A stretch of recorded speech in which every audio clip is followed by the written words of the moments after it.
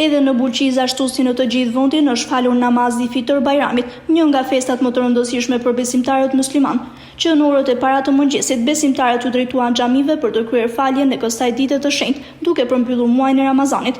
Në përfundim të ceremonisë fetare u përcollën mesazhe paqe, harmonie dhe bashkimi mes njerëzve, duke theksuar rëndësinë e ndihmës ndaj njëri tjetrit dhe kujdesit për familjen. Gjatë fjalës së tij Muftiu Sedin Strazimiri u ndal veçanërisht tek edukimi i brezit të ri. Ai shpreh shqetësimin për ndikimin e tepërt të rrjeteve sociale në jetën e fëmijëve dhe të rinjve, duke i bërë thirrje prindërve dhe vetë të rinjve që të tregojnë më shumë kujdes. Hiqni dorë nga TikToku dhe përqendrohuni te dijet, edukimi dhe ndërtimi i së ardhmës suaj, u shpreh ai. Agjerimi tek Imami Zot.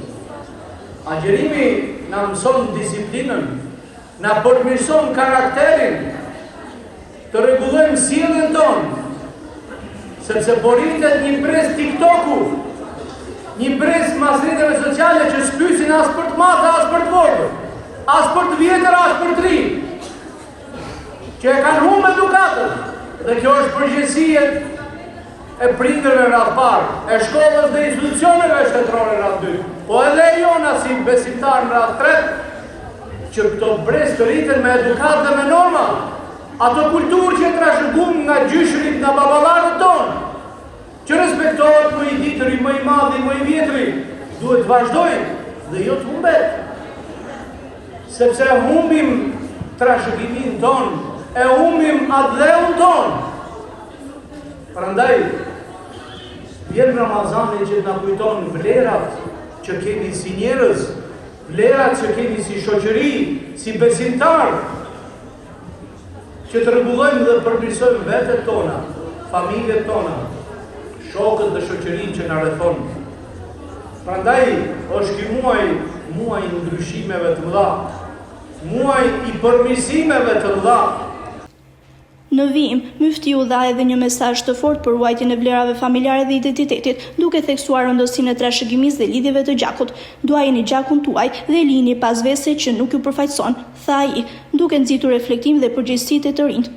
Të solidarizohemi me hallëxhit në këtë ditë, por që të afrohemi dhe të mbajmë lidhjet me farefisin, me gjakun.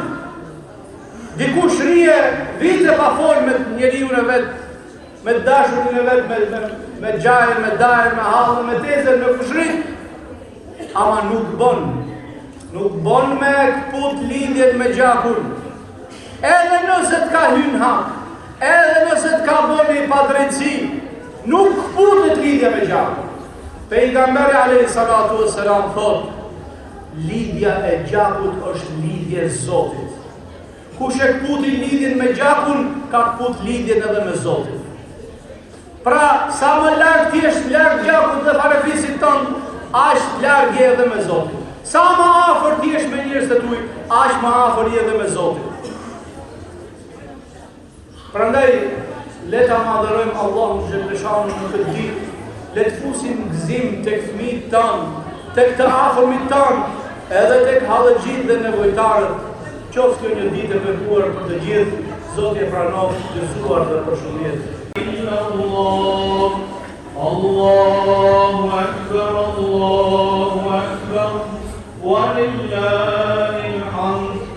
Allahu Akbar, Allahu Akbar, la ilaha illallah.